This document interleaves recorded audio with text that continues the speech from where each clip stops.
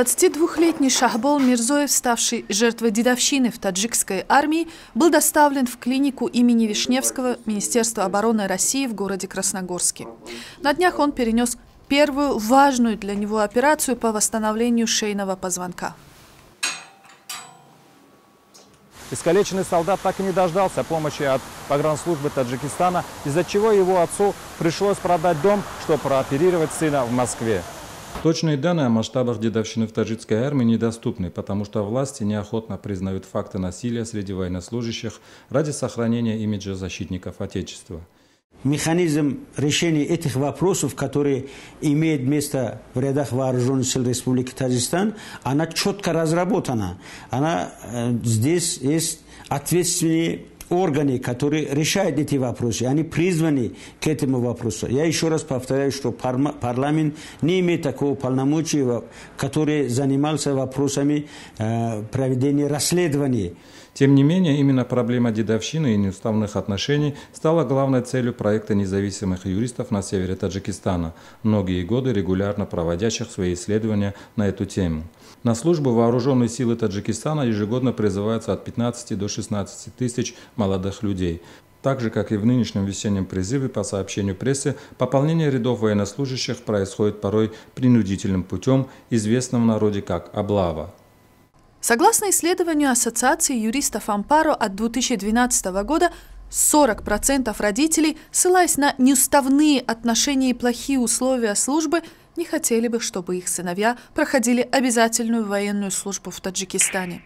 О масштабах дедовщины в таджикской армии расскажет бывший сотрудник Ампаро Рустам Гулов. Было опрошено более 1600 человек, из которых 33% опрошенных признавали, что дедовщина таджикской армии существует. И в чем она выражалась? То, что в основном выражалась путем оскорблений, избиений, заставляли делать различную так называемую грязную работу. Были случаи, когда забирали еду, посылки, которые отправляют солдатам из дома. Так же, как и в Таджикистане, обязательной служба в армии считается в Казахстане, Туркменистане и Кыргызстане. В отличие от соседей, военные чиновники в Бишкеке признают факт дурного обращения в рядах вооруженных сил своей страны, называя положение в армии где-то отражением социального положения самого общества. Эти кадры из любительского видео появились в интернете прошлой осенью. Как потом выяснилось, дело происходило еще 4 года тому назад в одном из подразделений Национальной гвардии. В деталях сейчас разбираются военные прокуроры. Случаев, когда солдаты, подвергшиеся насилию со стороны своих же сослуживцев, жаловались бы руководству или же в правоохранительные органы, пока еще не было. Между тем, в сводках армейской жизни в последние годы все чаще стали фиксировать смертельные случаи. Какие процессы происходят в обществе, они переходят в армию, потому что основной потенциал, который формируется вооруженные силы, это является выходцы из нашего же общества. Поэтому однозначно заявлять о том, что отсутствие таких негативных явлений я не могу. Да, к сожалению, имеет место быть. Но не дедовщина квалифицируется как казарменное хулиганство. Независимые же эксперты уверены, проблему решить можно. Для этого в школах нужно усилить допризывную подготовку, больше приобщать молодежь к спорту. При этом они указывают также на наличие такой проблемы, как низкий качественный и профессиональный уровень младших командиров. Они в профессиональном отношении сами не обладают в достаточной степени тем уровнем знаний, чтобы восполнить этот пробел. То есть они не обладают, не умеют организовать и с призывником морально-психологическую его подготовку. Тем временем в 2013 году, по данным правозащитников, в период несения службы погибло 13 солдат. В 6 случаях они подозревают насилие. Рахат Кенешева, Улан Асаналиев специально для программы «Перекресток» из Бишкека. По мнению правозащитников, в силу своего принудительного характера двухлетняя служба в армии становится для многих молодых ребят обузой и кошмаром. Подобной истории Владислава Челаха из Казахстана, когда 2 года назад он был признан виновным в убийстве 14 сослуживцев. Следствие уверено, что Челаха вынудили на это преступление неуставные отношения, хотя сам он вины так и не признал. На связи со мной коллега из Алматы Мади Бекмаганбет. Скажите, изменилось ли отношение властей в Казахстане к проблеме неуставных отношений в армии после дела Челаха? Да, Хирамон, несмотря на этот шокировавший казахское общество факт, власти в стране наличие дедовщины и неуставных отношений в армии открыто не признают.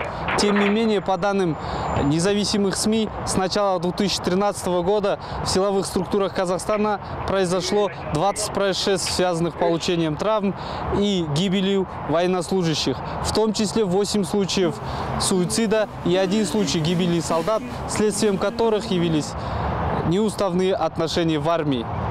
Я считаю, что вина 70% за вот такие неуставные взаимоотношения между солдатами различных призывов, между подчиненными и начальниками и наоборот, происходит из-за бездействия, безграмотных действий, бездушного отношения отдельных командиров и сержантов к исполнению своих обязанностей, должностных обязанностей.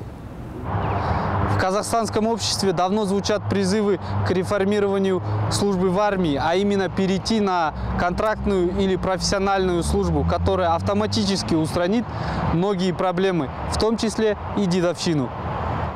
К вопросу о реформе армии мы еще вернемся, но вот о формах дедовщины в национальной армии Туркменистана, которая немного укрепилась с приходом к власти Гурбангулы Бердимухамедова, расскажет военный эксперт из Туркменистана Холмурат Союнов. Если в советское время была дедовщина между, значит, призывами молодежи, допустим, кто старослужитель, кто молодой, сейчас в Туркмении преобладает это родоместнический вот этот вот подход, то есть западных районов Туркменистана противопоставляется ахалским, значит, чарджоуское, более там узбекоязычное население ставится вообще какие-то там роли, или ташауское. Вот такое вот есть разделение. И это все находит, знаете, свое негативное отношение между военнослужащими туркменской армии. Власти Узбекистана, в отличие от соседей, много лет назад изменили стратегию службы в армии, сделав ее престижной и значимой в будущей карьере гражданина. Отслуживший год в армии молодой человек получает большие шансы на поступление в университет, работу в государственных структурах, особенно в военных ведомствах. В нынешней ситуации в силу единоразового призыва и службы по призыву в течение 1 календарного года автоматом исключает дедовщину и все связанные с ней пороки. Однако побочным эффектом реформы системы военной службы в узбекской армии стала коррупция, так как в борьбе за звание солдата, срочной службы и прохождение медкомиссии многие готовы нести расходы. Это была программа «Перекресток». До свидания.